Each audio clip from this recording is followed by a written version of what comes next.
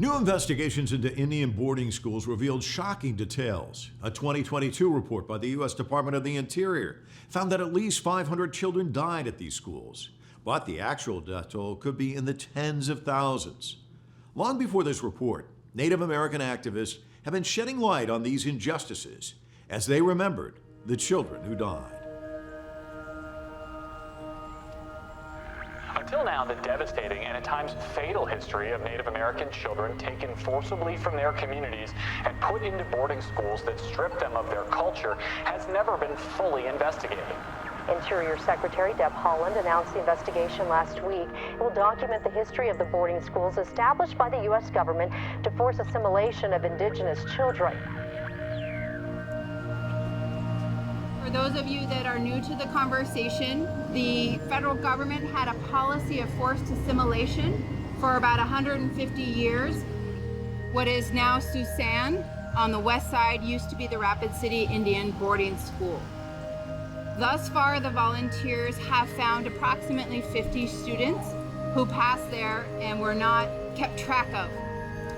The only reason we found those 50 children is that this team painfully went through page by page of 100-year-old ledger documents, and the school would simply cross someone's name off and write dead.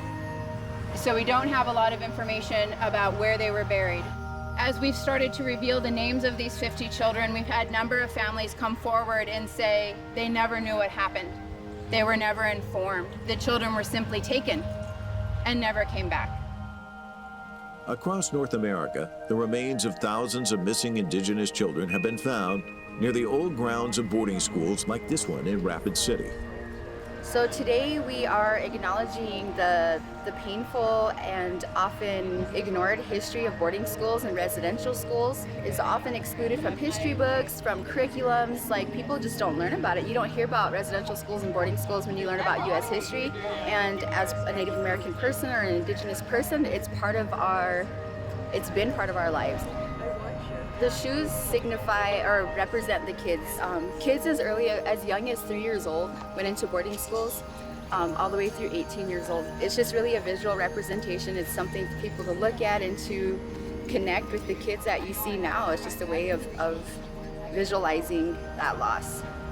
The intention of boarding schools was to kill the Indian and save the man. It was deliberately meant to strip people of culture, of language, and it was meant to assimilate people into American culture.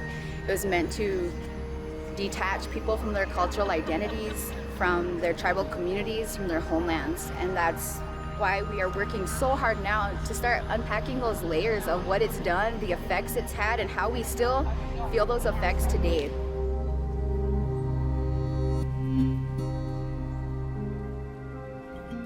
You see when you're growing up there, so much cruelty, and the nuns were like authoritarians.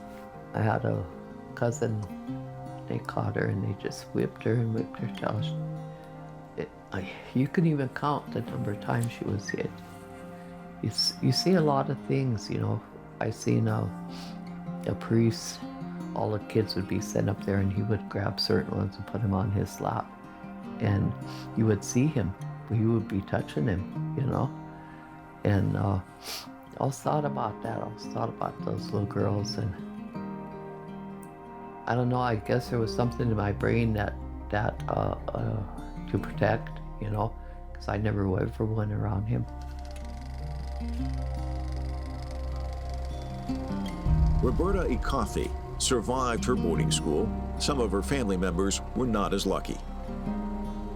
Could be diseases, we don't know. Could have been beat to death, don't know, Could have just been outright murder, don't know that either, All we know is that it did happen, And now it's coming to light, and I knew nothing about my culture, nothing. Because it's just like they took your mind. They didn't only just take your mind, but they took your soul too. And we weren't able to practice our religion. We weren't able to practice this way of life. Roberta's great aunt died when they were teenagers at the school. They didn't come and tell about 3 months after they were buried and told them that they had passed away. So, you know, things like that happen, that you would lose your kids and they would bury them. You wouldn't even know about it. It's a process and it's a long walk, you know. I'm still not okay with it. I still get mad over my mom and the things done to our Native people. It just breaks your heart, you know. But it's all coming out now, you know. Secrets can't be buried forever. These discoveries prompted a summer of reckoning in 2021. Interior Secretary Holland, the first Native American to hold a cabinet position in the country's history, announced a formal review of the boarding school system. I think that we maybe don't want to look at this dark chapter of American history because it is so egregious. I mean, when we talk about the systemic, physical, psychological, sexual abuse of children, it's horrific, right? It's disgusting, it's repulsive. And to think that that program was instituted for so long and so recently, I think is a very challenging fact to confront. Nevertheless, it's absolutely essential that we do so that we can better understand our Indigenous neighbors and, you know, so that the federal government can rectify some of the tremendous losses. 9 Native American children who died at a boarding school hundreds of miles away have finally been returned to South Dakota. They were from the Rosebud Sioux tribe and attended the Carlisle Indian Industrial School in Pennsylvania more than 100 years ago. All the former students of Carlisle are deceased, but there are plenty of people alive who went through this type of assimilation education. I think listening is incredibly important to the people that have lived through it. And just, you know, sometimes you just have to listen, and you know, that's the most important bit. The Carlisle Indian Industrial School was the first of its kind. Where you would be removed from every influence you had ever grown up with, and then surrounding you with children from other Native American communities, and in some cases, Alaska and Florida, literally the geographical opposites of the country.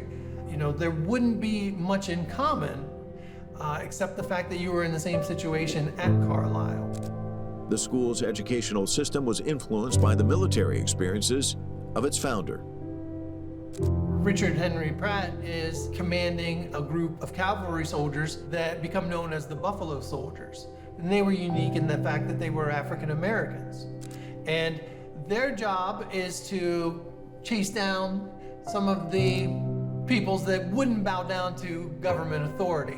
So Pratt, for about 10 years, is in this unique position of leading one minority group, chasing other minority groups. And I believe that, you know, influences a lot of his take on the situation.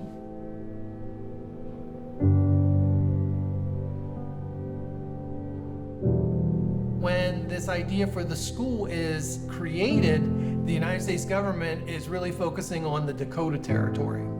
That is where he is sent to bring these children from the Dakotas.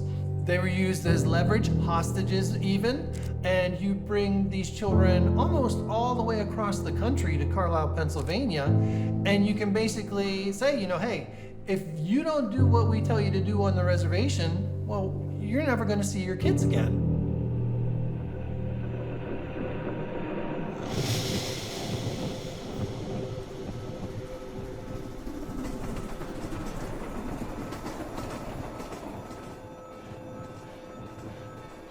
They're separated by gender, so you have the male students and the female students.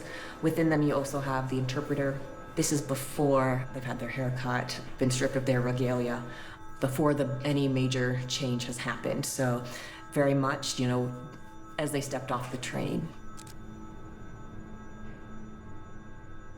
Pratt kind of understood that he needed to make an impact, and people needed to be aware of what he was doing. And the best way of doing that at the time was photography. There wasn't moving pictures yet. So photography in the newspapers. How do you get the word out about what you're doing and how great, in his mind, what he was doing was, and how do you garner additional support? How do you get more students to agree to come? And that is by proving, that what he was doing was good. So if you see a before and after photo of a student, that's impactful to the greater Euro-American population.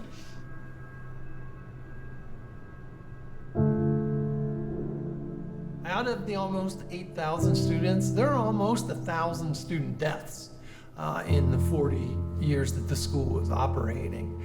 Most of the students that died while they were students, they were sent home. There are some that are here. It does demonstrate a very controlling idea of the government over Native Americans, where in some communities they don't even practice burial. That's not the way they do it. So even in death, they are still being controlled by the United States government. The general population, I don't think, realizes that the United States government had a policy of cultural genocide. I think it's important to use that term and not shy away from what happened here. And you have to be honest if you want to move forward. And if we're not going to be honest about what happened, you can't move forward. You can't even start healing. Back at the site of the old Rapid City Indian School, a memorial was set up to remember the children who died. I'd like to sing a song here for the children that passed and for our future generations. We have them all around us here today, and bring in more positive awareness to what we need to do to preserve our cultural and Lakota way of life. That's the song. It says, with this pipe I stand and I pray unto the Great Spirit. That's a short translation of what it says.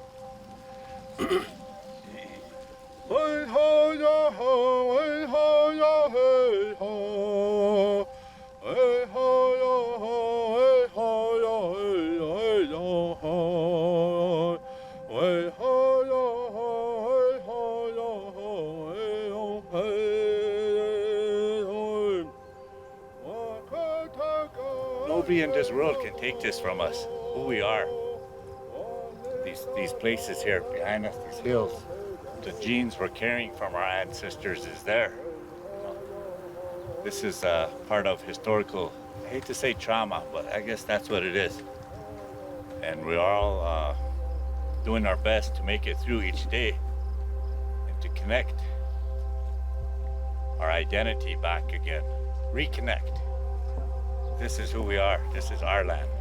Let's do something for our children to make it a better place for them. I think it's just a matter of time before we have a real reckoning with the legacy of boarding schools. It's hard to even put a precise number on the direct physical losses, never mind the intergenerational trauma, the cultural loss, the divorce from identity and from Native political participation. And it's tribes that are taking the initiative to do that work, to repatriate their ancestors, to make sure that those children come home, that they receive a proper burial, that their families are notified and informed.